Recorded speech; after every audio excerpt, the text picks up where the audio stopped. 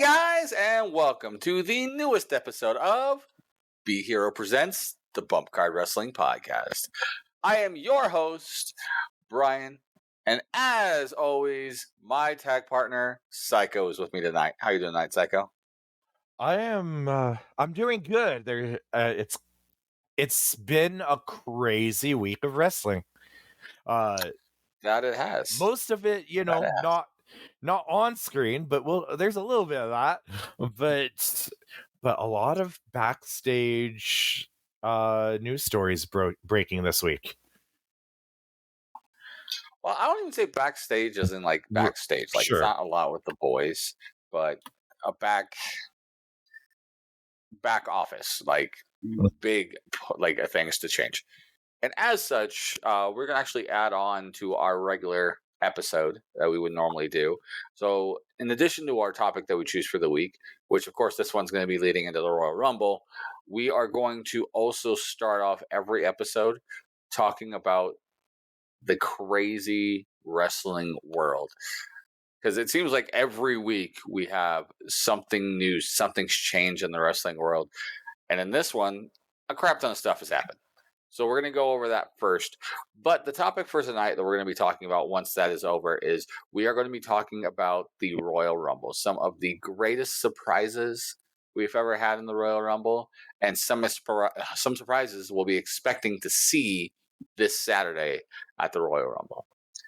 So, before we jump into our topic, Psycho, what the hell happened this week? Lots. So let's start with the newest member of TKO's board of directors. Yes. The Rock. Can you smell what the Rock is cooking? A lot of money. That's what's going on here.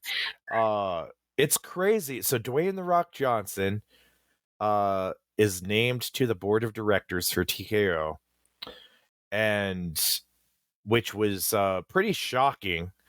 And when I heard about this, I was just like, oh my gosh, does that now make him Triple H's boss? I mean, is he higher up than Triple H?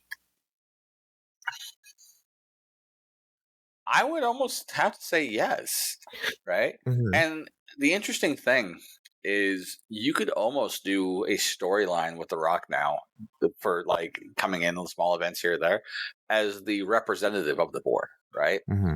Because then he can do storyline stuff for TKO as stuff or in the show. Like, so if he wants to work a little bit, does a storyline here or there, he can do that right now, right? But this also opens the door to more appealing things for him to be able to do. As an example, right, we were talking a couple of weeks ago about The Rock and him talking about being the head of the table, right? Teasing him and Rowan. And it's like, oh, what does that do now for Cody? Or what does that do for Punk? How does that go with WrestleMania? And yada, yada, yada. We talked about things. And I had mentioned maybe he's going to do it at Elimination Chamber. And you're like, no, they wouldn't bring him in for that, da, da, da. This makes that a lot more plausible, right? Because he's tied in with that company now. Yeah, from what I heard is that The Rock or Roman Reigns is not scheduled for the Elimination Chamber. So, I mean, that could, plans can always change. Who knows, right? They could announce it. But, when he was talking about the head of the table and talking about Roman Reigns, nobody thought that he'd meant, the head of the table for WWE, basically, Right. It's like, that's the head of the table that he ended up taking. But it's kind of crazy. It's like, what a story. Like, from being a wrestler to branching out into Hollywood and then buying the XFL and merging that now with the to become the USFL. Yeah. So you got that going on, and now he's board of directors, and you didn't have to marry the boss's daughter. I mean, what a story. Right. I'm actually really intrigued because this one, puts a member on the board who knows the wrestling business, right? Can vouch for the guys, can vouch for the business as a whole to help out. Plus, he knows the entertainment side so well. Plus, he knows the business side between all of his businesses he's done, plus the stuff he did with XFL. Like, he's pretty much the right person for the job. Yeah, and that really means he's not going anywhere. So whatever, whatever happens with Hollywood or anything else, he's really tied into the company now. So that's it's a huge deal. Um Oh yeah. so yeah, I heard about that and I was like, this is pretty cool. Yeah. Yeah. So then, and this is funny. So that's the wrestling news that I like saw for myself, and I was like, oh, that's cool. But then my girlfriend Alicia, she broke the next two news stories for me, which is funny that she's like, she asked me, she was like, I saw something, I was reading something about a Netflix deal for about why it made sense for a $5 billion deal, and I hadn't heard about it at the time, and I was like, wait, what? And at first my first initial thought was, is AEW doing something with them? What? And I looked it up, and then it's like, oh, WWE Monday Night Raw was announced to be going to Netflix, starting in January 2025. And Yep. which is huge. Because apparently, like, Netflix, the people like out of the country and everything now, Netflix is everywhere. So they can watch that and get it Mm-hmm. in their countries now, whereas before they'd have to be delayed watching, waiting for Raw or try to. Not everybody got it. Now it's even in more homes. It's going to be in more homes than USA even brought.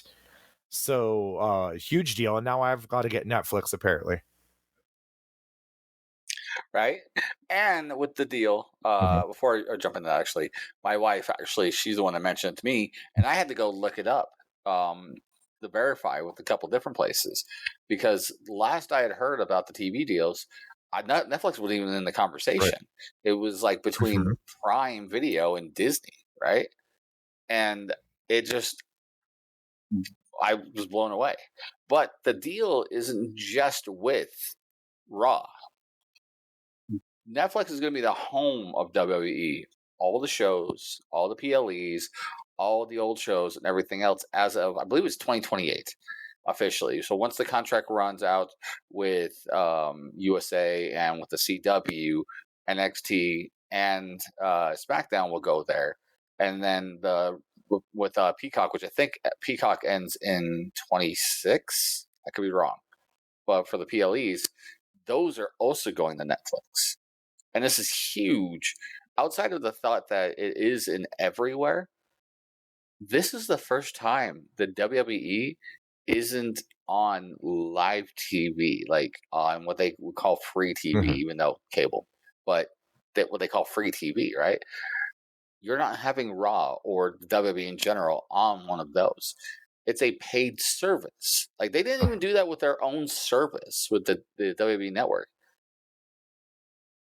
It's massive. And I want to know what you think, but is it bigger for TKO? Because I believe this is also the plan is also eventually to have them do stuff with the UFC on there too. But is this bigger for TKO, or is this bigger for Netflix, who's been slowly diminishing in returns on their revenue with everything they're doing? Who's it bigger and better I for? think in my opinion, I think it's a win-win situation for both sides, because you've got Netflix, like you said, they were kind of losing ground with a lot of the other streaming services out there. They were kind of the original, and now adding this, you're taking WWE's massive fan base and bringing all of them to Netflix. And a lot of them already had Netflix, but it gets them now tuning Mhm. in more than ever before. And then you've got all the ones that didn't have Netflix, myself included, that are going to be ordering that. It's a massive deal for them. Now, I've seen kind of both sides of the coin of or opinions of if you're taking it if you're taking WWE off of television, if is that a good thing, right? And I actually saw somebody post and say, does that devalue Monday Night Raw, by not having it on television and being on a streaming service? And I say no, because here's the thing. With that word devaluing, that's the word that I have a problem with, because when WWE went to Fox, that deal was worth like 1.5 billion or something like that, and it was for 5 years. This is a $5 billion deal over the next 10 years with an opt-out provision that they can go even farther, for another 10 years. So it's going to be on Netflix for, long term. And this $5 billion, Yep. think of that return. So Fox, which was a massive deal, $1 billion, right, for 5 years, 5 billion, that's like triple almost. I mean, or more than triple, right? For the same, or for a 10-year period. If you're just talking business and money, uh that's what they're there to do. So they don't have to worry about ratings per se. They've already Mhm. got their money, right? They're already getting their money.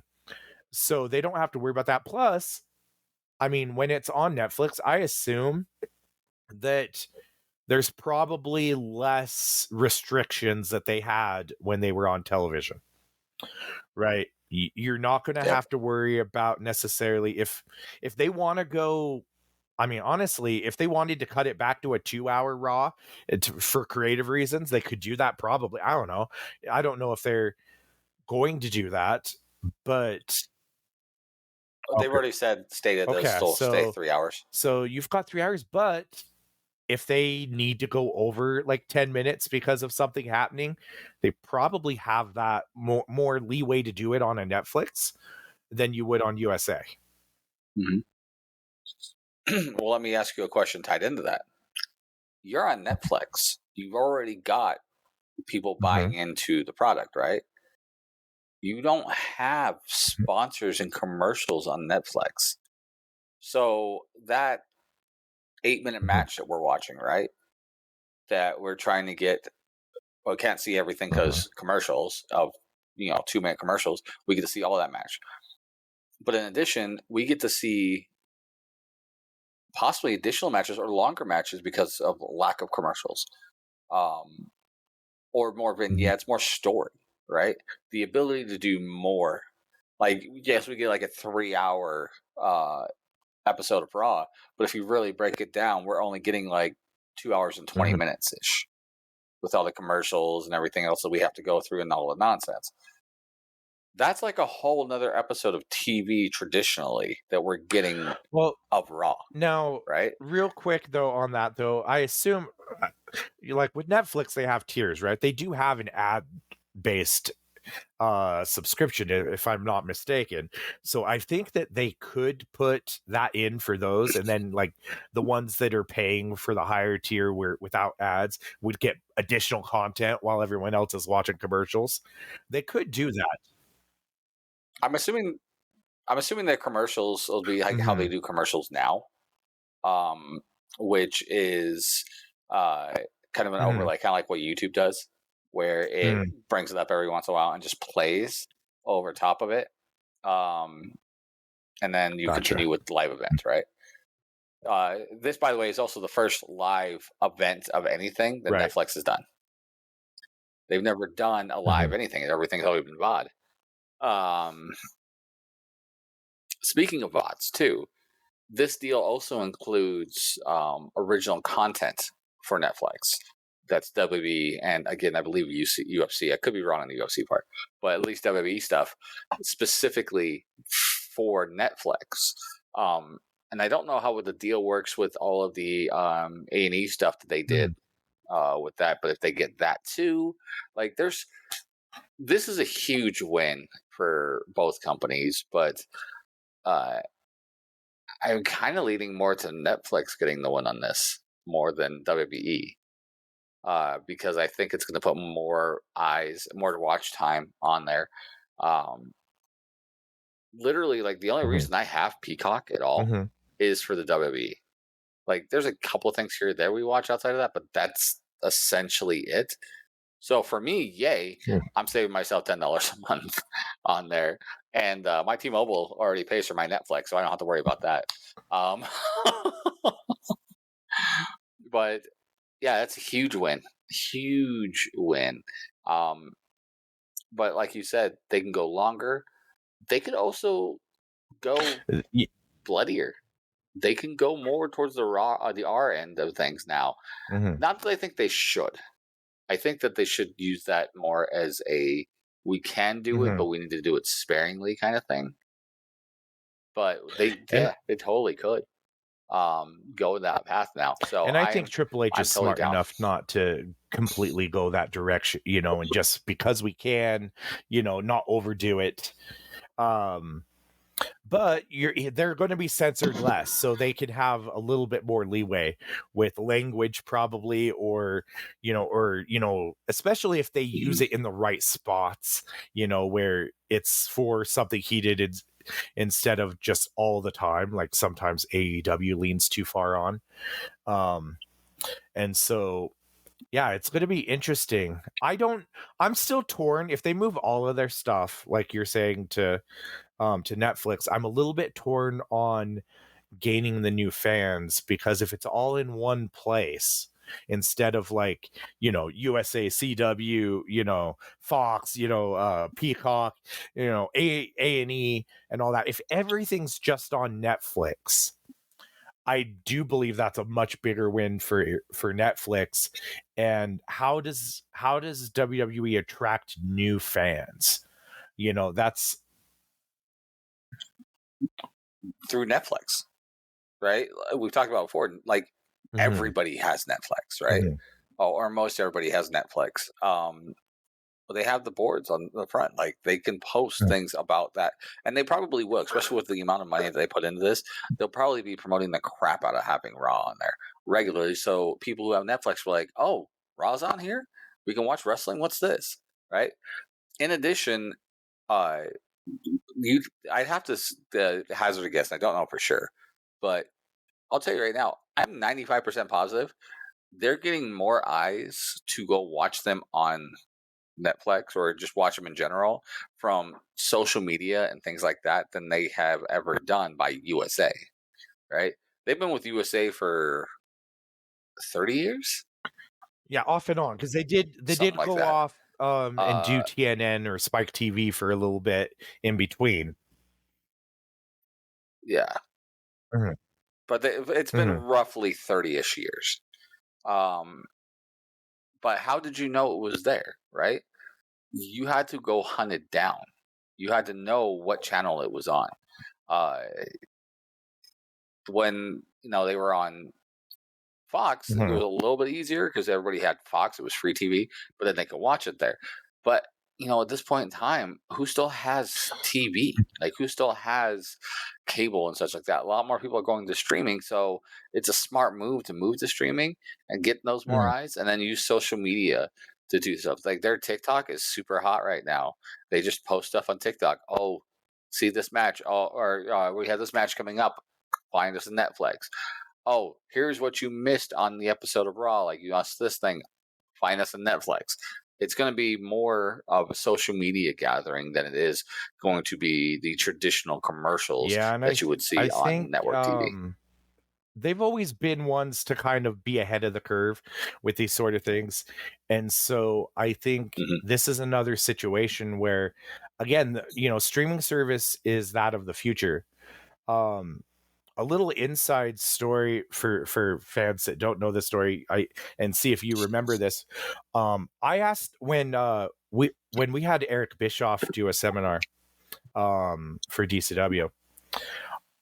I asked him a question at the time when he was taking questions, and I asked Eric Bischoff, if he thought like a wrestling company, could survive off of just going to streaming instead of just having television. And I remember it was one thing that really kind of made me like look at Eric Bischoff a little bit different way. Is that Eric Bischoff had said, that he didn't get, watching a streaming service on a phone when and TV was still very important and needed.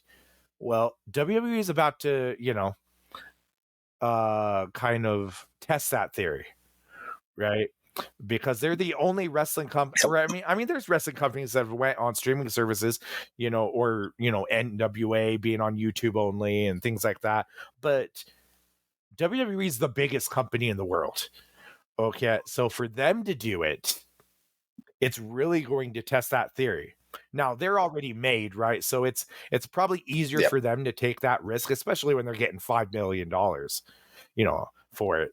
They're not. It's not going to hurt them financially, right? Either way, but it's a little bit easier for them to do it than it is, like a smaller company that needs the eyeballs and nobody knows they exist. So, well, I have to guess too in the contract, and then, like, obviously we didn't read the contract, but I'd have to guess too that they have a watch time requirement in there saying that we have to have so much watch time a month for Raw or what have you. Or we have the ability of opting out of this contract and looking somewhere else, right? They're not going to be just stuck, and then if like Netflix goes down, they go down with the ship. They're going to have some well, I think clause for something that's like in that, there though, smart. that they have after 5 years they can opt out and restructure the deal. So, but I don't think that's going to be an issue. I think WWE's audience is enough to probably, be a massive boost to Netflix over the people that are already watching it. Well, if I remember right, I think the average from last year for Raw was like 1.3 million watchers every episode, or somewhere in that range for the average. Of course, fluctuations goes up and down, but that's huge. And if you get that plus maybe a couple 100,000 more people who just happen to have Netflix and are like, oh, what the hell, right? It's going to be huge. So like I said, I think it's going to be win-win. Yep. So then, okay, this is a news story that also was broken to me by my girlfriend because she read about it and she was filling me in, and I had to look it up, and I was like, wait, isn't this old news? And then I was like, oh wait, no, this is breaking news as of today, and I broke the news to you because you hadn't heard about this. Okay. So there's a lawsuit that was just filed towards Vince McMahon, and not just Vince McMahon, by the way. Okay. There's others named in this lawsuit, including the WWE. Okay. Well, that would make sense because it would have been from his time. Laurinaitis is probably in it, depending on what it is. Yes. Yep. John Laurinaitis is in this. So Vince McMahon is accused of sexual assault, trafficking, and physical abuse in a lawsuit filed today. Okay. So that that employee that we had heard about, that why the whole investigation with Vince and why he was, retired and everything. Well, we never knew her name and everything. They never released her name and all of that. Well, her name's out there now because she's the one that's filing this lawsuit. So now, and I'm going off of this. This isn't alleged here. This is a lawsuit filed by Janelle Grant. Okay. Who worked at WWE's headquarters. And this is from, let's see here. So in this lawsuit, Mick, she has allegations that McMahon trafficked her to other men inside and outside of the company, including John Laurinaitis. And the Wall Street Journal is the first one to report this today. Okay. So, let's see here. So apparently she had signed a non-disclosure agreement, and in exchange for payments over several years totaling $3 million, according to the lawsuit. Now here's, why is this out if she signed a non-disclosure agreement, right? And she gets very detailed. I won't go into all those graphic details. Go read it. Right? Don't There's need 65. Right? It's a 65-page lawsuit. So, however, the reason why this is out there now is apparently Vince McMahon paid her $1 million of the $3 million and then stopped making payments, and so it made the NDA void. Yeah, it was null and void. And now let's see here. TKO has made a statement on this. A spokesperson from TKO says that while this matter predates our TKO executive team's tenure at the company, we take Ms. Grant's horrific allegations very seriously and are addressing this matter internally. Right. And then Vince McMahon, a spokesperson for McMahon, said the lawsuit was replete with lies, obscene made-up instances that never occurred, and a vindictive distortion of the truth. And he will vigorously defend himself. I bet he will. Yes. This is crazy because it goes into I'll just kind of touch on a couple of these points that I feel like are interesting. So the person that's accusing, right, was introduced to Vince McMahon in 2019 when she was looking for work. Mm-hmm. I guess Vince was staying in a penthouse at the time that she was in, and she was under hard financial situation because she was she had been taking care of her sick parents for a while, and they eventually passed, and everything. And somebody there at these condos or these penthouses said, you should meet Vince, and so introduced them. And she initially believed she was building a professional relationship with McMahon, according to the lawsuit. And then the lawsuit alleges that McMahon eventually pressured her into a physical relationship as he dangled career-making and life-changing promises in front of her. And then, let's see here.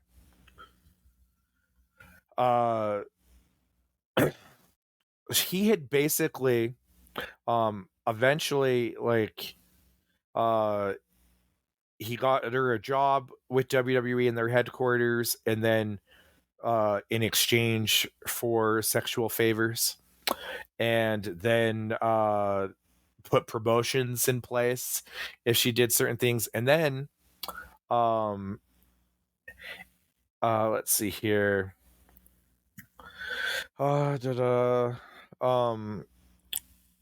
He apparently was passing her off to other people in the company, and was ordered to, do these things. John Laurinaitis being named one of them. But also, and this is a big one, says that he was also allegedly for all this. This is just in the lawsuit. So allegedly, according to this lawsuit that's out there, right? It's public record now.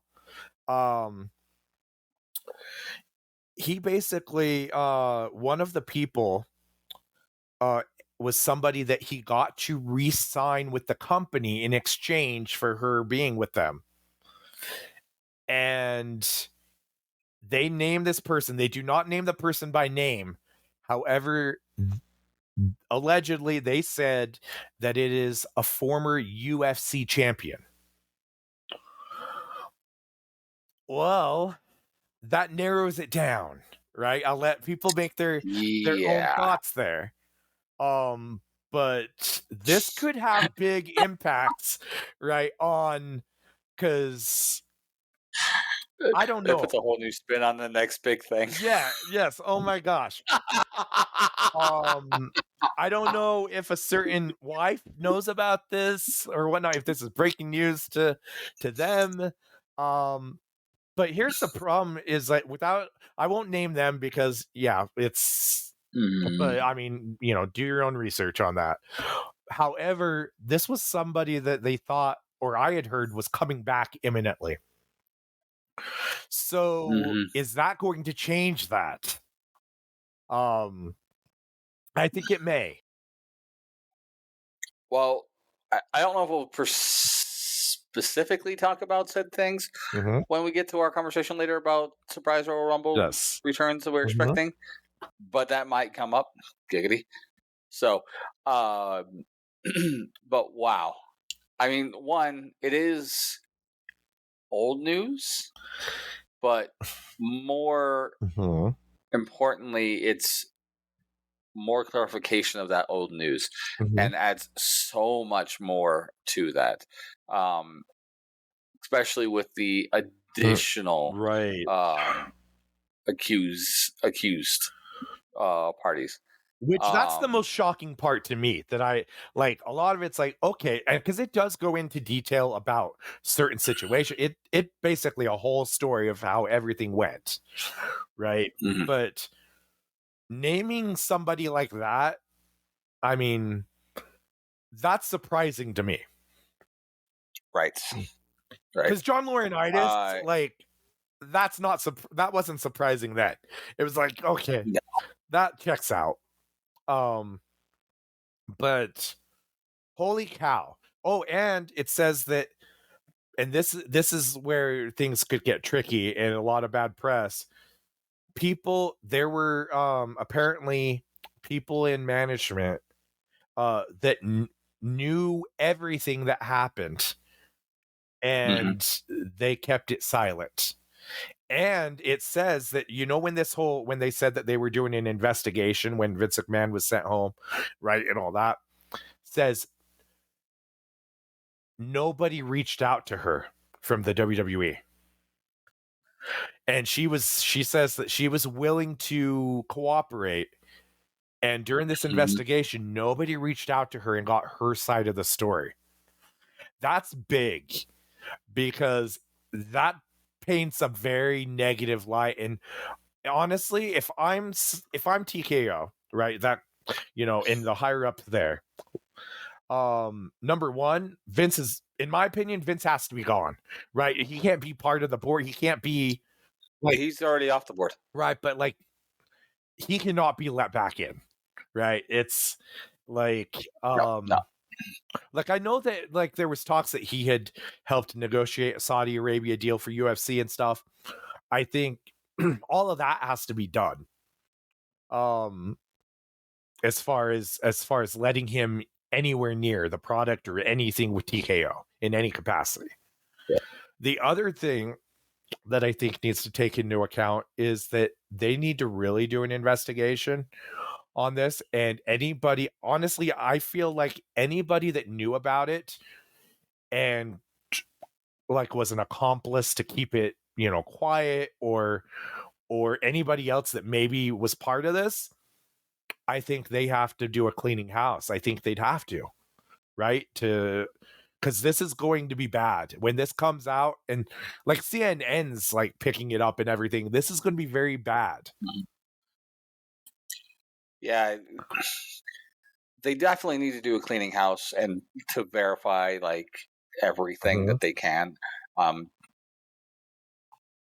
to do as much as they can to save face, Mhm. essentially, because you're right, it is going to look bad, and I feel that they purposely dropped the Netflix deal and everything else, especially since it's kind of out of the blue for the Netflix Yeah. deal, knowing this was coming up. They probably had to act fast Right? on that because I wonder if Netflix knew like if this came out, let's say before that deal was done, Mhm. would Netflix have moved forward on it? Like with knowing that it could be bad publicity. I don't know.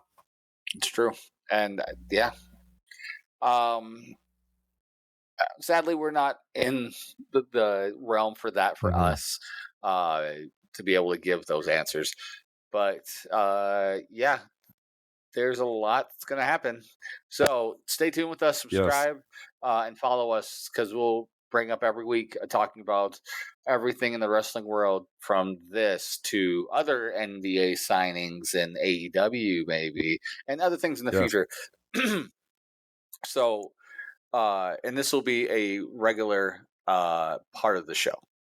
Hopefully not 35 minutes Well, ish of that since we still have a whole other hopefully topic. there won't be this big of news stories every week, right? But those are Right. big changing industry changing possibility news stories. That's right. So let's go ahead Yeah. now and jump into our actual topic. Kind of speed through this a little bit. So why don't we talk about the Royal Rumble coming up this Saturday? I'm super Oh, excited. Royal Rumble is actually probably my second. Well, there's no probably. Royal Rumble is my second favorite PLE, right behind WrestleMania, and I mean it's like mhm. right behind because it's always such a good show, and you get those great surprises of who's there. You get those crazy Kofi Mhm. moments, even if it's not with Kofi, and things like that. Uh, you might get some big moments, right, that you don't normally get. Like you might get a big moment of two big guys who don't usually see each other in the ring normally, just up against like fight up against each other. Um, one of the greatest moments of all time, uh, you have H and Austin in the ring fighting each other, and who of all people gets called down to the ring? But of course, it's the Hurricane. Goes in, fights them both, goes for the double choke slam on both of them, and they just kind of huck him out. Great spot.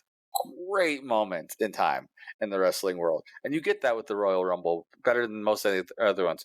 And it's because it's so different, right? WrestleMania is the huge guy, but the Royal Rumble is just so different than every Well, other it's PLE. super So, fun, right? Because you never know what's going to happen. Except for that's my only that's my only complaint most of the time is that if you're on the internet, usually, at least in recent times, you pretty much know who's going to win it. Almost every year. Not not this year. no, this year, that's why I am so excited for this year's Royal Rumble because they've built up so many like legitimate people that could win it that if they book it right, and I have full faith that they will, which is not usually the case, right? But uh I honestly couldn't tell you who's going to win it. Like I've got some ideas of I could probably think Yeah. of like maybe like okay, it could be one of these five people or something like that. However, could I say 100% which one it's going to be? Nope, I can't because they Nope. could surprise us, and it could be Well, somebody that it's like, wait a minute, what just happened? So yeah, I'm excited. I'm super excited. yeah. I was watching another show talking similar concept about this, and they were wanting a complete dark horse of it, just out of the blue, right? And their pick for that dark horse was Grayson Waller. And I was thinking to myself, with everything else going in the Mhm. WrestleMania, all these other stories, all these other matches that could happen, and then the ability of doing like an elimination chamber to build additional stories on there. You could theoretically do a dark horse like somebody like Grayson Waller, maybe not Grayson Waller, but something in that aspect, and still find a way to make it make sense as this crazy dark horse. Of course, like the front runners are like Cody and Punk and like Drew even. Um, but to have this out of the blue, this random person that you were not expecting to be the guy to do it is just such an insane thought because it literally could be anybody. right? So, all right. With that being said, let's talk about some of the biggest surprise entrances that they've had in the Royal Rumble. Yes. What's some of the ones that come to your mind? So there's two big ones that instantly come to my mind. Number one, remember the year, I believe it was, gosh, okay, it was when John Cena made his return from injury, where nobody thought he was going to be coming back in time. 2008. Okay. He had torn his pec muscle, and nobody thought he was going to be even in time for WrestleMania. And he shows up unexpected. His music hits, and he comes out, and everybody loses their minds. Like, wait, what? Is this for real? And the look on Triple H's face, who was in the ring, who was the favorite to win it, and the look on his face when John Cena's music hit, amazing, magic. And then John Cena ends up winning the Rumble, which nobody had picked.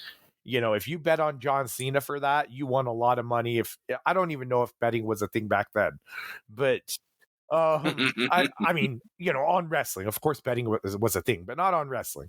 But yeah, that was a huge moment. Do you remember that one? I do. Yeah, that one comes to mind. The other one that comes to mind is when Edge made his return.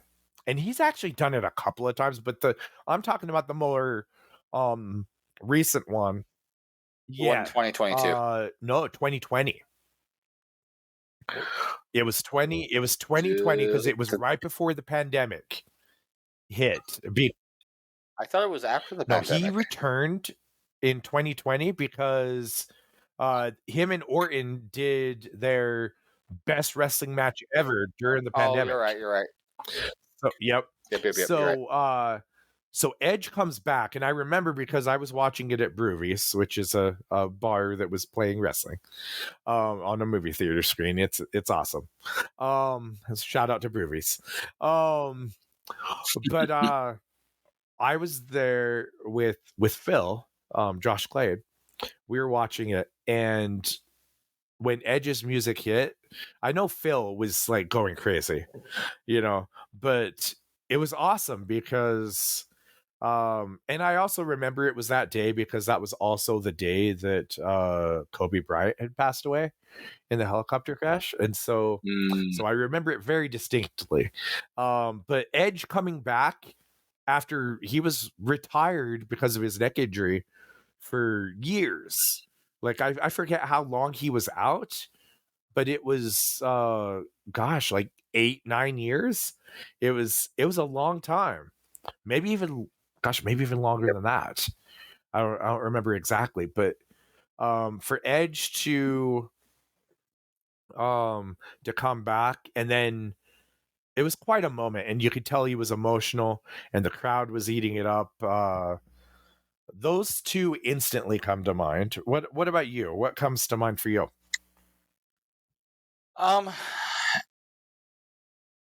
Those are definitely the big ones that popped in my head. The one that I also think that rivals to that aspect, and I know it was a huge one when I was watching. I don't remember if you were at the house or not when watching it with us. Was the debut of AJ Styles? Yes, in the WWE. That was huge because you hear the music that you've never heard before, right? Like, whose music is that?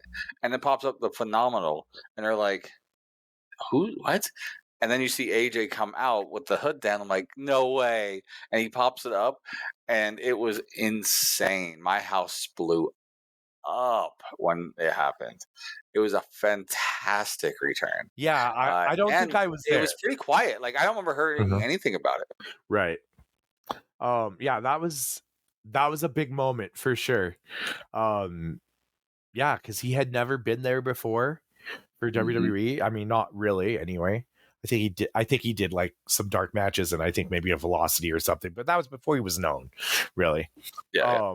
So yeah, AJ Styles was a huge one, and especially because the guy he went in there with was Roman Reigns, and that was a good one. I remember also. I know that they did. They did one with. I remember Diesel's music played once. And it was you know, the old school Diesel music, and he comes out, and the crowd ate that up too, because it was like that he was coming in as the Diesel character. Yep. So that was pretty cool. And I remember one where Rob Van Dam, his music played, and he came out, and that was really cool.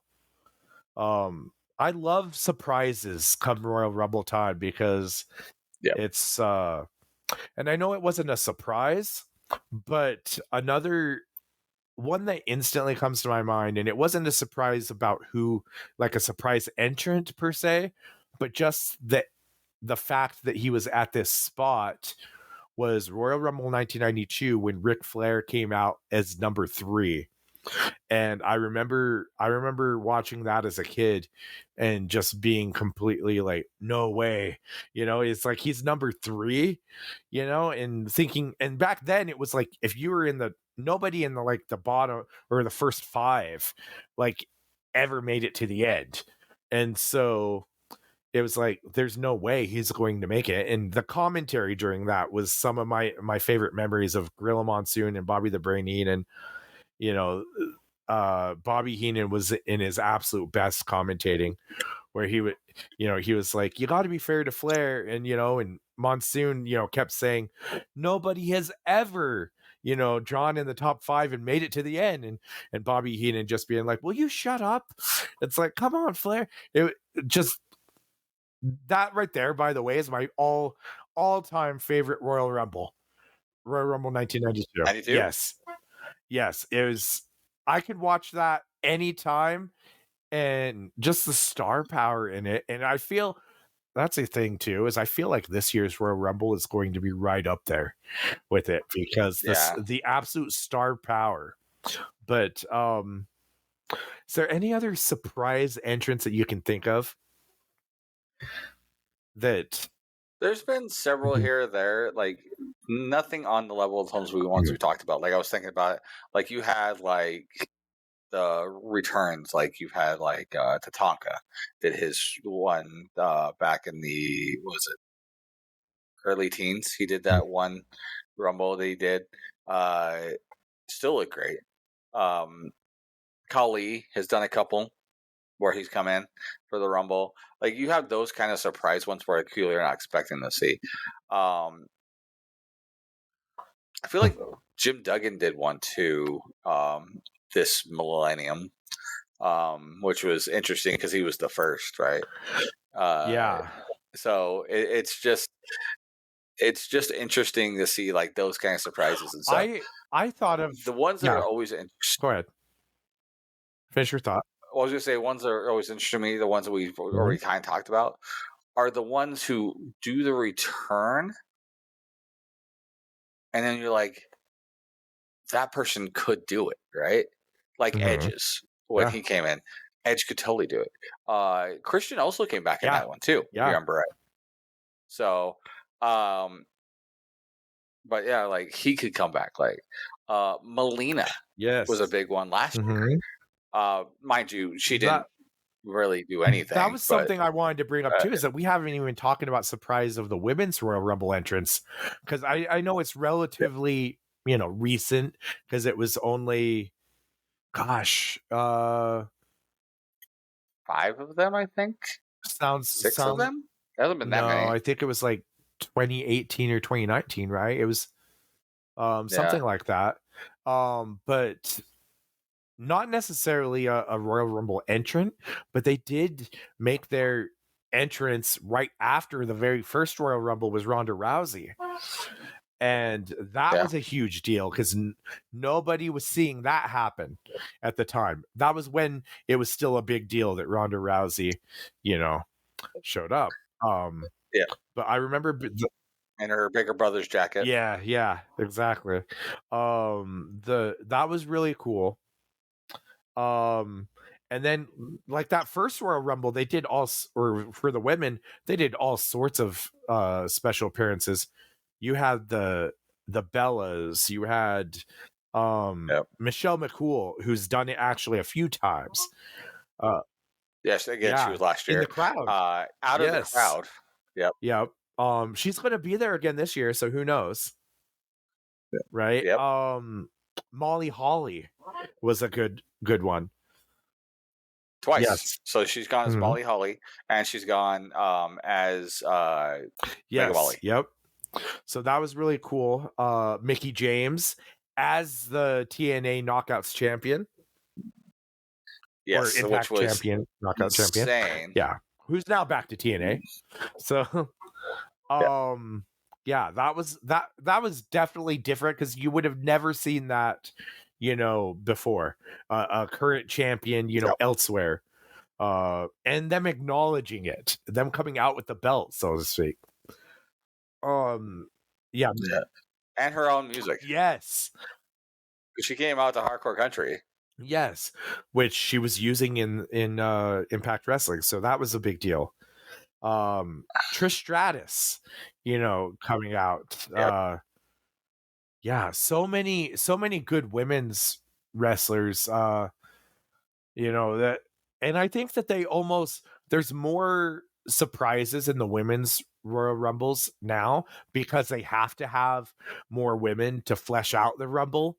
Because there's a lot more men that they could throw in there. I really do like it though when there's less filler people. Like when there's less people, it's like, okay, why are they taking up a spot? I like it when there's more star power. Which, when we get talking, I think that's actually a good way to transition because I think now we need to talk about who we expect to see in this Rumble as a surprise. And I think, as we've talked about already, how stacked for talent WWE is and how many people they built up, it's going to limit the men specifically on really who could be a surprise entry. Yes. Let's talk the women first. We'll get to the men's here in a second. Okay. Here's a couple of surprise entrants that I think Michelle McCool is going to be. I think that's a given, right? I agree. Yeah, because Taker's doing the One Dead Man show. She's going to be there. The next night. I want to say maybe a returning Naomi, who just finished up with TNA. That's she's still got 2 more appearances for TNA through February, but they could do a deal. Yeah. I definitely can see that. There's a few others who are in talks or surprises, which I'll bring up towards the end if you don't. But one that no one's really talked about, but I would love to see and at large to do is because Michelle McCool will probably be there. Is Layla. That would be very cool. It is in Miami, isn't it? The Royal Rumble? Yeah. That would be cool because she's the hometown girl. That would be, and we haven't seen like Layla do anything really with wrestling since she left. So that would be really cool. Yeah, and then doing a leg cool. So have Michelle come out first because people are expecting to see her, and then have Layla come out. That would be a moment for sure. Yeah. I think another one, and this one might be one of the big ones you were thinking, possibly a returning Sasha Banks. It's possible. It is possible. And if they were going to do that, this would be the best place She'd to get do the best that, reaction. right? Sure. But it's agreed. It's highly unlikely, but it is definitely something that is quite possible. One that I almost am going to put a guarantee on that we will see as a surprise debut is Jade Cargill. Ooh. That would, I think honestly, that would be like the best place to debut her, because Mhm. it's not a match, right? So it's not going to overexpose her, right? It's easy to protect her in that, right? And Mhm.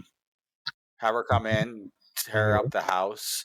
I think the Rhea has the current Mhm. women's record for Mhm. eliminations.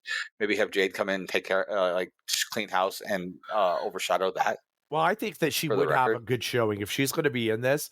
Triple H wouldn't just cart her out there and have her, come in and be, have one elimination, get thrown out, that sort of thing. If she's going to be in it, honestly, I could see her possibly being one of the like final four women too. Um, I could Yeah, totally see that. Um, and with the Sasha Banks thing, the way that I know that it's, you say it's highly unlikely, but if Naomi's coming back, which she, reportedly she is, whether or not she returns at the Rumble or yeah, not, remember her and Sasha Banks or, um Monet, uh, Mercedes Monet, if they both walked out at the same time. So her coming back, it it would make yes. sense if they came back together. That would be another thing. Um, some people that I'd like to see, I'd like to see Victoria come back to do something. I I would like to see Victoria as well. And Mhm. if Victoria does come back, I think then this is the way to tease her Yeah, into the Hall of absolutely. Fame. Absolutely. She's So, due that. She definitely deserves it. oh yeah, I agree. Totally agree. Um,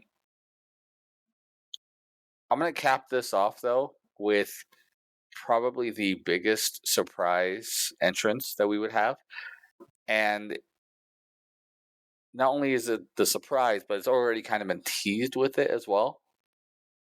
AJ Lee. That would be something. I think that's more unlikely though than Sasha Banks, and here's why. I think I mean, yes, I know the obvious things. It's like, well, Punk's back, AJ Lee, it makes sense. However, uh Punk has always said that her body is, she retired for a reason. It was due to injuries. And that, like, because if she came out, here's the thing, if she comes out and she has a showing, no way could that be a swan song. They'd have to bring her back. Like, of course they would have plans to do more with her. Hmm. So I just don't know if that's in the cards. Well, in having injuries, like retiring because of injuries, especially very young, which she was when she Mhm. did, Mhm. is such a rarity anymore for that scenario. I mean, you look at Daniel Bryan, you look at Edge, right? In addition, you're right. She doesn't need to. Like she's making money. She's having a great Mhm. career being a writer and doing TV Mhm. stuff that she's doing outside of this. Mhm. But she's even been teasing with her social media of her possibly doing the return. And I can see them doing a thing where they give her limited stuff, like they did with Trish, but giving her that final goodbye that way. And I can also see that being a reason to have her come back and maybe even see how it goes. Like, we know you left Mhm. an injury, we know you're hurting, but you've been training, obviously, and things like that. And you could move forward if you're feeling comfortable with it because she's still got a lot to give. She's only in her 30s. Yeah. Yeah, and I would mark out for that, by the way. Oh, I would too. Seeing AJ Lee come back. Um, do you think Trish Stratus returns here? She's been gone off TV for a little bit. Yeah. And I could totally see Trish come back for this because, you know, she didn't leave with injury or anything else. This also Mhm. gives an ability for a match between her and Zoe that we never got Yeah, right. to have. Yeah, they Uh, could even square off in this thing. yeah, square off in this That'd be a and moment. then build a match for them at WrestleMania. Yeah, if there's I mean, So yeah, they could definitely do something like that. Um, yeah, I'm actually really looking forward to the women's one because I really look forward to it and see that because there's so many different women from the past yeah, that they can bring out there. Um, Gosh, even somebody there's always usually somebody too that we had forgotten about that's like, "Oh, what the heck happened to them?" And then they show up, it's like, "I haven't seen them in years or heard about them for years." like an Ivy or a Jazz or something like Yeah, that. and like, even, like Eva, not Eva Marie, No, but no, Eve. Eve. Remember Eve? Yeah. Yep, somebody like that, or even, I mean, Ivor came back recently and did a spot, and that was a great spot too. With her, she came back as the right to censor. Hmm. Remember, when she was like talking smack the whole way as she got thrown out. That was a great spot. Um, but yeah, I'm really looking forward to the women's rumble to see who comes back. Um, who would you say is winning it? Becky Lynch. I'm going to say Bailey. I think Bailey's due. I think those are pretty much the top two, really, for the women. And Mhm. sad to say, I don't really know of any other woman that's really available. Like we talked about the men and how like really anybody can do it kind of thing. Sadly, the women, there's not really that many. Mhm. It's really those two probably. Um, Yeah. unless they are going to do something with like an AJ Lee, that would shock everybody. She came back and won it, but then everybody would cry about it because they'd be like, "Oh, Punk's already, politicking or whatever to make this happen," or, you know, I would only say that if Punk also won the men's too. could happen, could happen. We'll get there in a Okay, but second. if they both win together, is what I'm saying. Well, here's the thing too. That's the other part that I'm like, I don't know if AJ Lee returns because, like, how does that affect all the Punk stuff? They'd have to be on screen to do, to acknowledge each other, right? Or Why? talk, be in the ring for a moment. Because they always do that with couples, especially if they're married and everybody knows they're married and Punk has brought her up. Like, I would think that at the So very least, if AJ Lee came out to the ring on Raw the next night, Punk would come out and give her a hug or something, or she would congratulate Punk, for winning or whatever. that's something like that I could see, but I don't think it would be like a constant thing. Like they wouldn't have to come out with each other and stuff like that because Sure. they don't do that anymore. Like Mhm. if you look at like Becky and Seth, right? Right. Everyone knows they're married. They have a kid together. Uh, they don't do that. Like they'll But they acknowledge did stuff, do and it. they did. They did They a even storyline with teamed it, and yep. but it's very rare that they do that anymore in that kind of vein. So I don't know. I think that they could do a thing where they acknowledge each other, but let them do their own thing. If AJ wanted to Right. stay on. I can't imagine her staying on for long. I think it'd be like how they did with Trish, where she was there for a bit of a storyline and then gone, but then made a big thing about her being Well, there Trish stayed again for for a like while though. XPLE or for the show. Yeah, Trish stayed for But a she wasn't there while. every show. Right. She was there like let's say building up to a pay per view. She might be there, 4 out of the 7 shows building to that pay per view. Which was still a lot, especially for what was going on with it, Mhm. and stuff. But it just wasn't what you would have expected, Mhm. um, for somebody else building up a story. So I think they could do something like that with AJ if they wanted to. They could do That honestly, being said, yeah, what would be cool real quick to cap off the women's side of that? yeah, If AJ did return, it'd be a nice little farewell if she just built up a story starting there until WrestleMania or something and did her farewell there, and as a one last story to, cuz she never really got a farewell. it's true. She never got to say goodbye to her fans and all of that. So I think that would be, you know, one last run, so to speak. Um So for the men, okay, so men's surprises. Let's start there. Who do you have first? First one is a return. I've got a couple of returns on my list. Mhm. Rey Mysterio. I think that's I would put that at 99% Yeah. for Rey Mysterio. I think I see that as highly likely. So that's my first one on my list. Um I say, I mean, this would be a big one, but what if The Rock was in the Rumble? You know, we've talked about this a little bit before, but Yeah. but if The Rock came out, like I could just imagine, you know, the last two, you know, it's Punk and Cody in the ring, and then The Rock's music hits as number 30 or something. Like, Which is totally where he would be, by the way. right, exactly. It's like, would that not blow the roof off the building? Like that, like nobody would know what the heck is going to happen there. Right.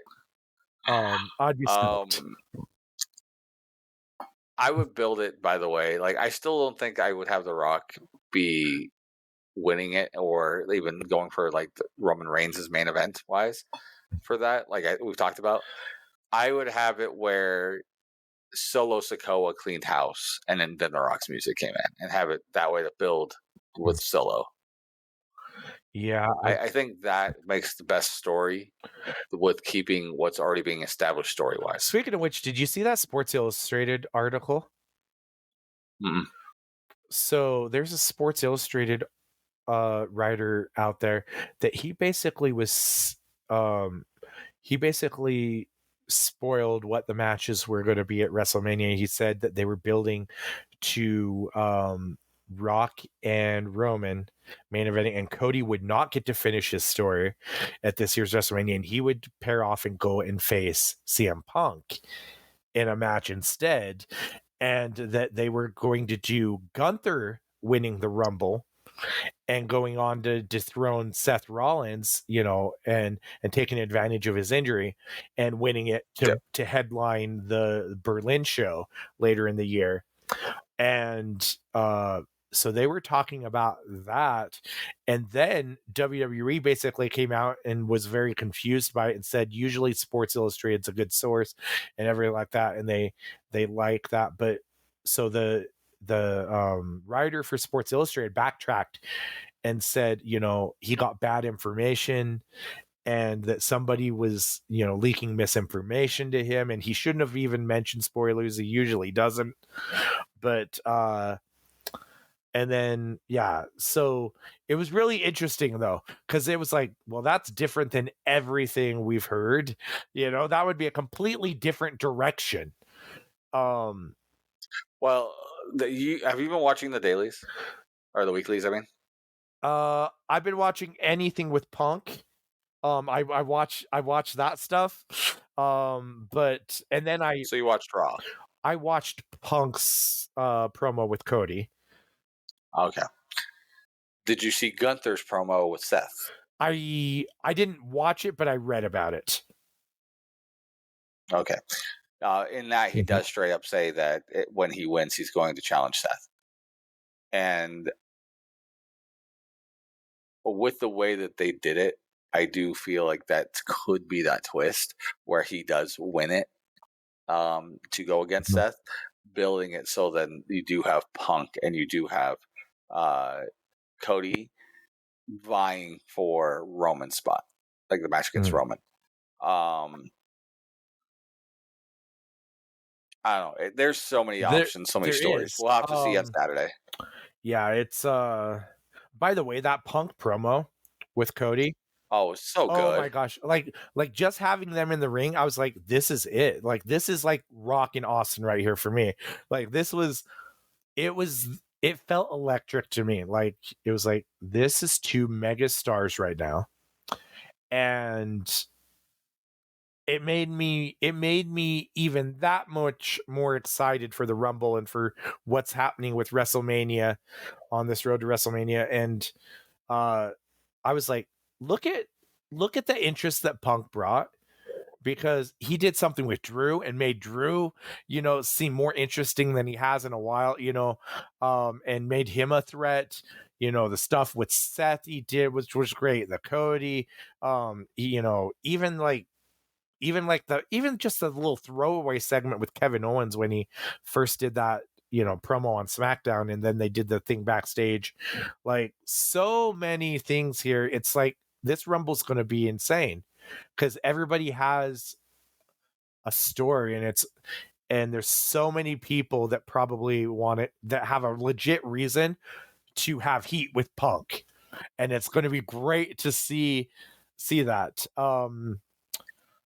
Let's going back to the Yes. yeah. For my next one is also a return. Yeah. And I think this is going to throw a wrench into some of the stuff for Gunther specifically, and that's going to be Sheamus. Okay. I think Sheamus is going to make his return on here, and it's going to be huge. And I think if they don't go with Gunther winning the big thing, right? I think what they'll do is they'll go with Sheamus and then have Sheamus and Gunther finish that story that they weren't able to finish. I think that's the story that they could play through WrestleMania again, especially seeing as how big and how amazing that match was from last year. So, but didn't they finish the story? No, because like they had a singles match. They didn't they? The build up, like they had singles matches building up to WrestleMania that Sheamus never won it, right? And Sheamus, he's almost on his way out. Like he's pretty much on his way out, and the only title he's never won is the IC. And this is wait, no, he didn't. He's been world champ. The only title he hasn't won is the IC. Oh, okay, I got you. Okay, so I thought you said has, and I was like, wait, that's not right. No. Okay, so that's the one for him to go to. That was their whole story going into WrestleMania last year, right? And they kind of played like they were building some stuff during this year, and then he got hurt, and he's been out for like 8 months. So I could see him coming back this one to do that and go and ruin Gunther's chance. A couple more returns real fast, just going to burn through them. Yeah. To build to the story for Drew and his WrestleMania is Sami Zayn making his return. Oh yeah, I think that's a given. So, at least in my mind. Yeah. And this is the long shot return, but I think it would be great to have it. And I think honestly, it would be great to have this return instead of Sheamus's return and build this to the Rumble or build this to WrestleMania that go against Gunther. And due to what's been going on with Imperium, it's Big E. That would be huge if he was ready to return. Yeah. He recently made a post saying that he's taking everything slow and he will return when he's able to and feels ready right now. But right at the moment, like he's the doctors kind of told him no. That he shouldn't wrestle ever again. But, we'll see how it goes. But to have him do a return, the crowd would go insane. They would. Absolutely. I'm with you there. It's like if Big E returns, the crowd will go insane. Big E versus Gunther for WrestleMania, if he doesn't have anybody else, would be a big thing too. That'd be a huge deal, and they could make a good story out of that. Well, they're already building it too. Like I know you don't watch the weeklies, but they had Imperium versus it was Imperium and a couple other tag teams.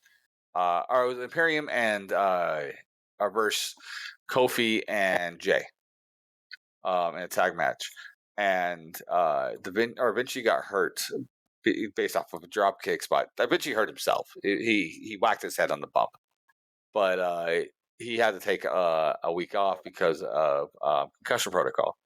And so Kaiser then attacks and in the match and destroys Kofi. It's a whole new aspect of story for Kaiser, and then Vinci comes back to save or no, Vinci still was off. Kaiser then has a match against Woods and does a similar thing, and then they do a tag match last week, and they end up going to a no DQ or excuse me, double count out on the outside. It's building like they're building up to having E come back, like with this story, and it feels that way now. It is insanely good right now for that story, and I think capping it with E and then having E's big return to build to go against Gunther while the other two kind of hold off Imperium is a huge WrestleMania story. Yeah, I've got a couple of other possibilities. One's a really long shot, and one I think is very possible. Andrade. This might be a good spot for him to return. Yeah, that one I actually am expecting to see. This one, like I would put this in the 90s percentile, like up there with Ray. I could see him coming back, and that would be a big deal too. Yeah. So here's my long shot one, but it would be amazing. Imagine Cody and Punk in the ring again, and then number 30 and MJF's music plays from Ada. Yeah, like if that happened and Punk and Cody are in the ring, tell me that would not blow the roof off the building too. Like that would be insane. That would definitely be insane. It's never happening. Right. I did say the same thing about Punk coming back to WWE, but yes, you did. It's not happening. It's not happening. But that would be huge. I mean, there's always that like stranger things have happened. It's true. Another one we haven't talked about that I would put down a little bit on the long shot, but not that long of a shot, is having Taker in the Rumble. It's possible. He'll be there. Like I can guarantee you, he will physically be in the building. I could see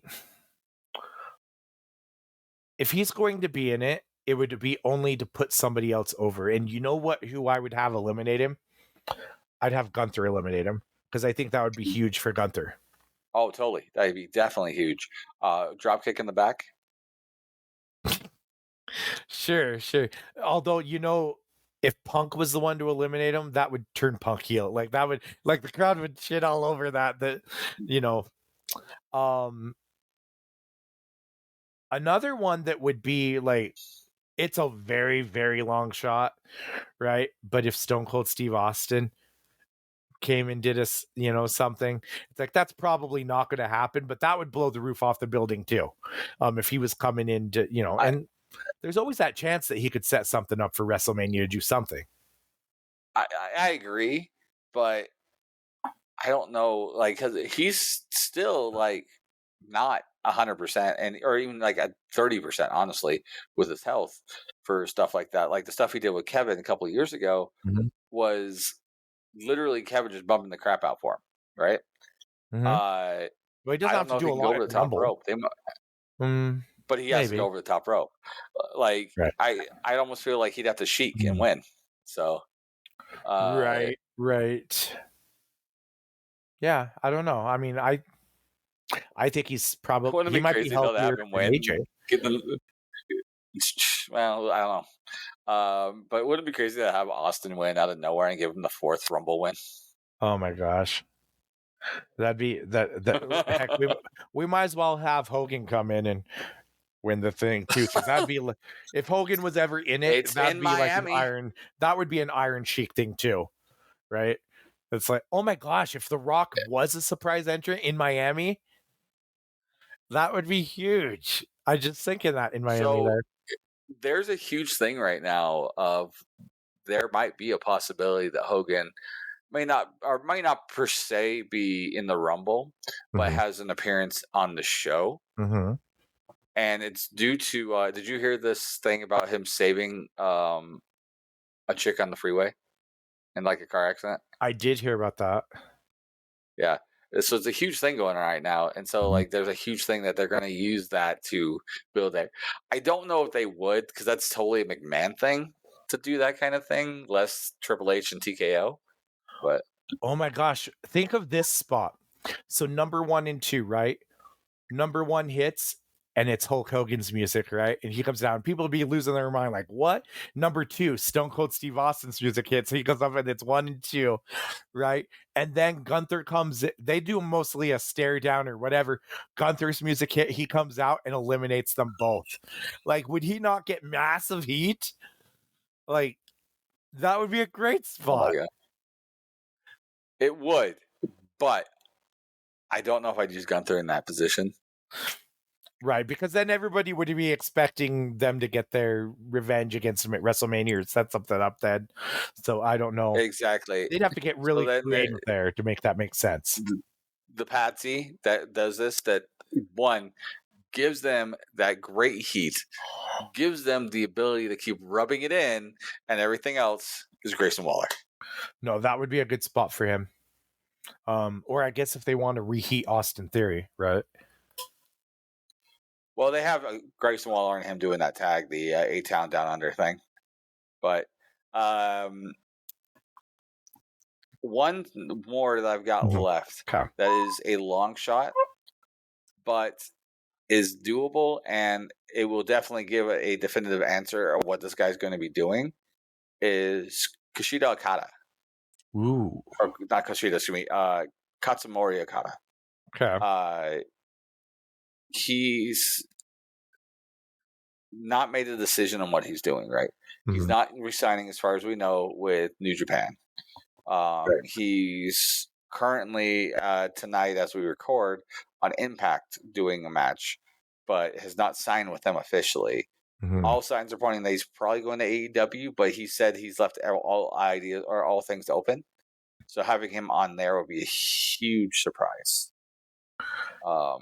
On there. Yeah, that would be that'd be a big deal for sure. Yeah, I'm so looking forward to this Rumble. Like, let's talk predictions now of who we think is going to win. Here, so the suspects, right? The Punk is in there, Cody Rhodes. Both of them have a big chance. If The Rock is in it, that's a long shot, but that would be something. Drew McIntyre, Gunther. They all have a shot. AJ's not in it though, because he's facing in the title match, right? Yeah, he's in the 4-way with him, Randy, LA Knight, right? And I feel. Roman Reigns. Can I just say that I feel like that's such a waste that you take 3 guys out of the Rumble to be in this match when it could have just been Orton and Roman, and then LA Knight he would have been perfect for the Rumble. I don't get it. I think, honestly, I think I like it better with the 4-way with him in it for the big title, because it keeps him in the main event picture, where going in and even having a good showing in the Rumble is almost like a downgrade from where he's been at lately, because it doesn't feel like he's in that realm where he is now, if that makes sense, right? Yeah. Because especially with the people we have, we just named off the 5, right? I don't know if I put LA Knight above any of those 5 for likeliness of winning the Rumble. No, but he'd have his supporters for sure there. Oh yeah. The problem is that he's probably going to be the one that takes the pinfall in that 4-way. Like, I don't see 100%. I do not see any of the other 3, taking that pinfall when LA Knight's right there. Sorry, I think LA Knight's definitely taking that pin. AJ might be a second likeliness only of that, because but I can't imagine so. AJ would be generous enough to take that pin. Yeah. But I think LA he is jacked, by the way. Have you seen AJ lately? Yes. Oh my god. Yep. All right, so going back to predictions. So out of the top 5 likeliness, right?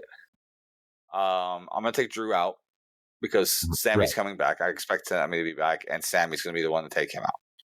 and then Drew's probably going to get in and pull Sammy back out and start their feud back up again.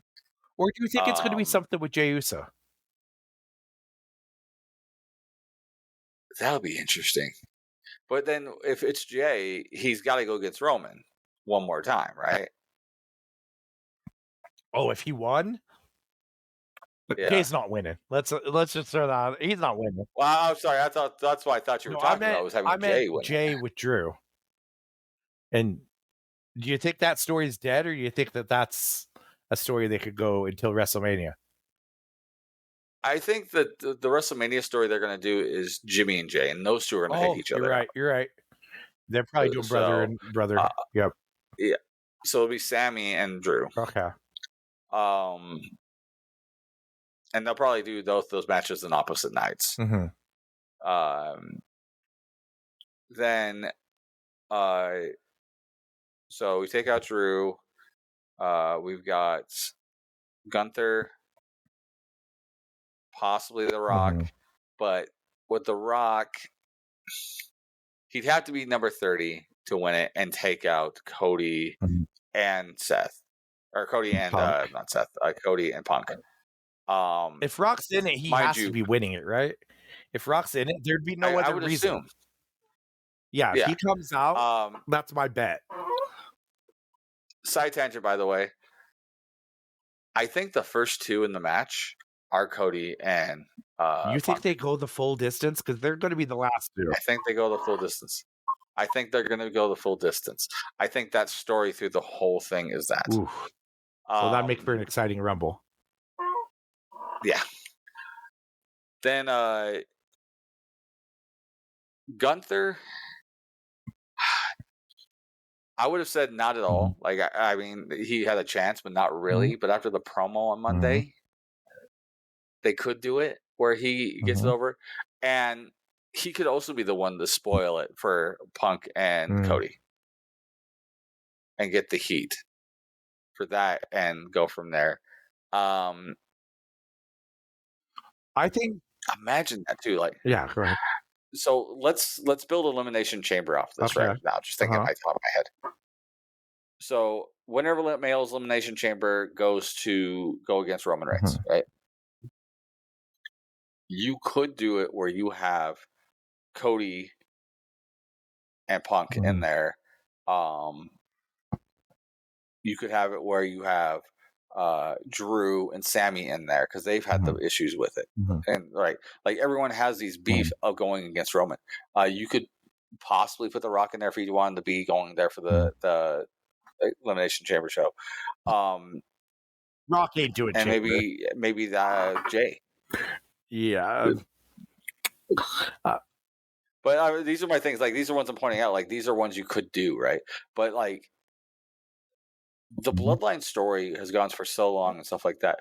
You could have Elimination Chamber essentially being a story of people trying to finish their story against Roman, and then also have Punk in there to finish his story in general, like to get his main event thing. But you could have a majority of that story be just people wanting to finish or fight Roman. Oh, we forgot one, by the way, of a return. I just remembered. Who? Is Brock.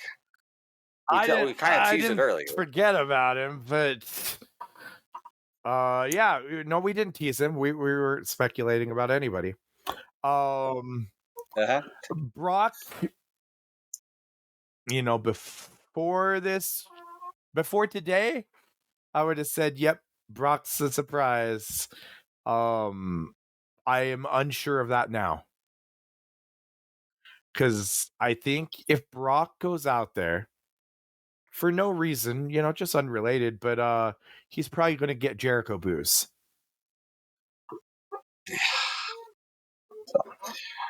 But now going down to Cody and Punk. Yes.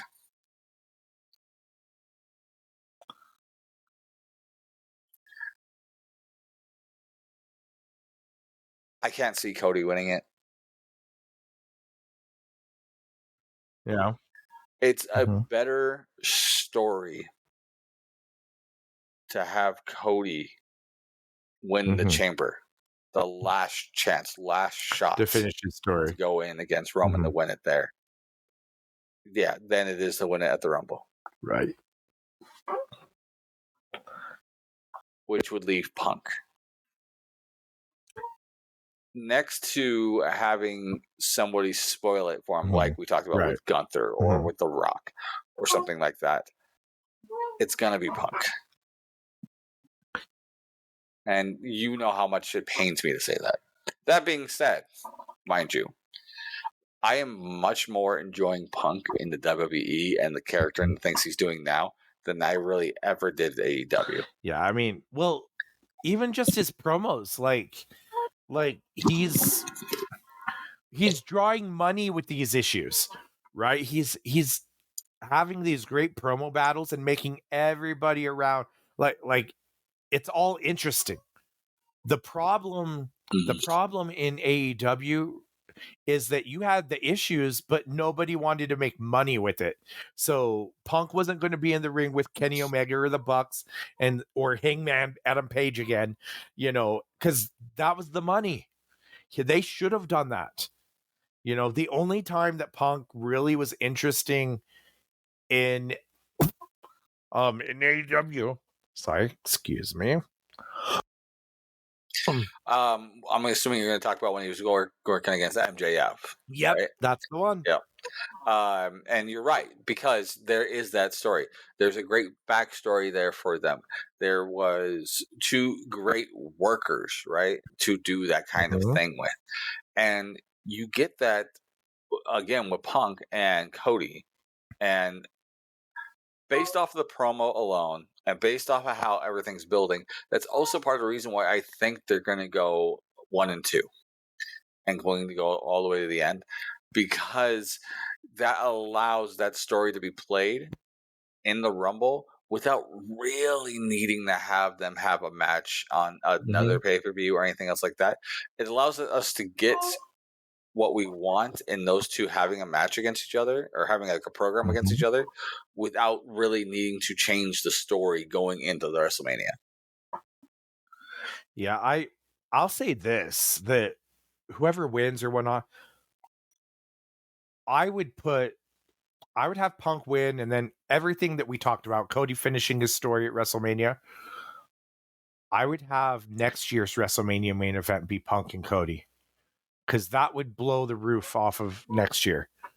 I think that if Punk's body can hold up for, until next year and everything, and they do that would be, yeah, I think, hey, it's going so well so far. We haven't heard about any problems.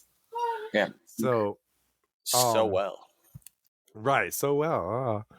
I'm enjoying him here, and I think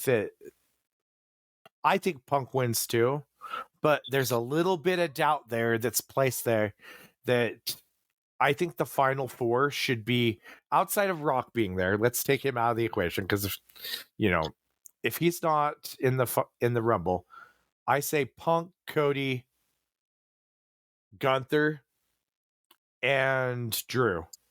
I think that should be your final four.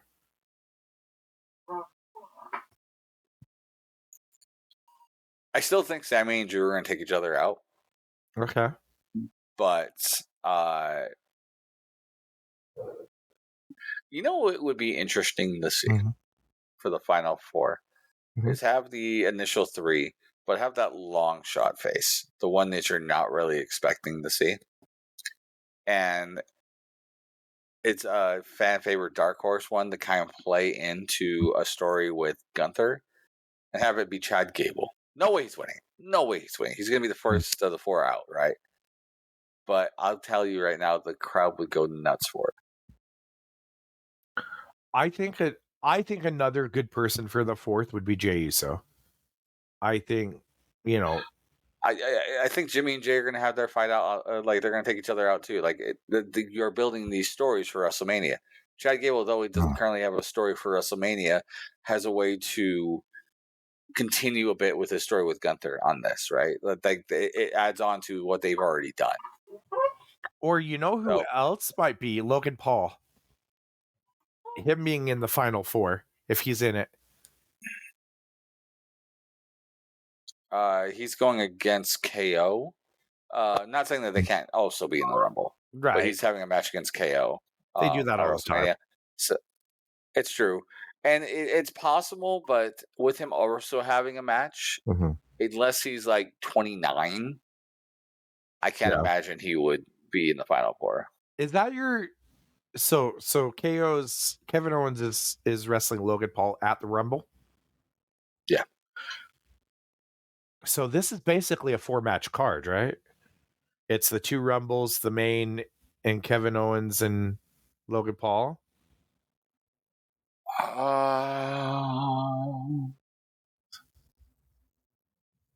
Or is there? I don't think there's a women's match, is there? A women's title match? I would think not because of. Don't remember. I think Rhea's having a match. Oh. I can't remember who. Okay. I'm pretty sure Rhea's got a match coming up or at the Rumble. Okay. I mean, I have this device in my hand. I can look it up real fast. Yeah, there you go. So. All right, just taking a quick look.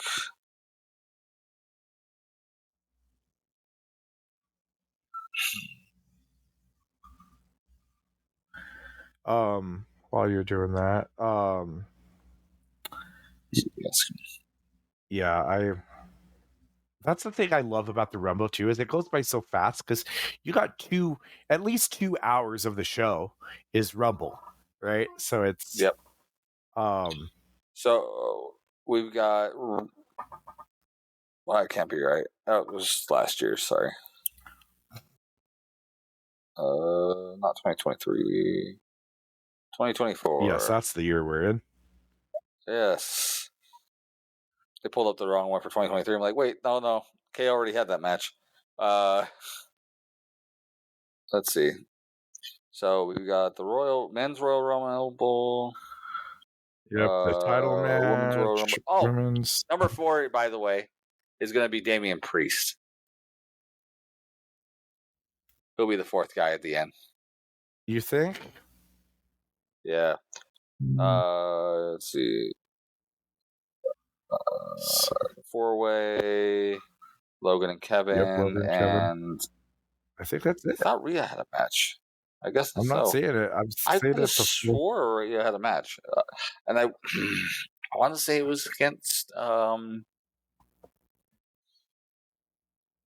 can't remember. Yeah, I don't know why they would. I don't know. I think that's one of those ones they need all the women they can get for the title matches. I would think.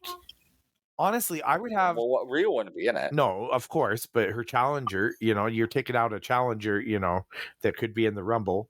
I would have Rhea and Io Sky. I would have them like come out and like sit ringside for the Rumble, to kind of. I think that would be, something cool, because then they could do the stare down with whoever wins type deal. And then have Ronda Rousey come out again and just point at the sign randomly, walk away. Ronda will not be in this, I predict. I do not see that being a thing at all. I would agree with you. Oh, yes. Cool. So, well, I'm excited. All right. It's going to be exciting. Cool. Me too. I'm super excited for this, and I know you guys are excited for this. So let us know what your predictions are.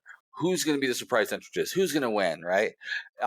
Reach out to us on our social medias on Facebook, Instagram, Twitter, and soon to be TikTok, Be Hero Media.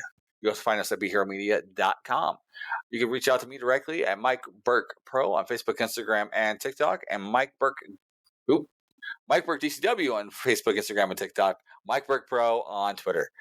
And then you can reach out to Psycho at Psycho Wrestling on the Facebook. By the way, I don't know if you heard last week on Slightly Agitated, the other podcast we did. I totally was getting ready to help Soa out with his, and I'm like, oh yeah, you can totally find Soa on Psycho Wrestling on Facebook. I'm like, wait, that's the wrong podcast. Did you say it? Yeah. Did someone say anything? He laughed. He's like, nope, that's not it. You're totally the wrong podcast. It was great. I laughed so hard because I'm an idiot sometimes. And more importantly, not only am I an idiot, I'm a lazy idiot because I don't edit things most of the time too. So what you get is pretty much raw, just making the sound better. So, Wait, it's raw? Are you going to Netflix too? yeah, right.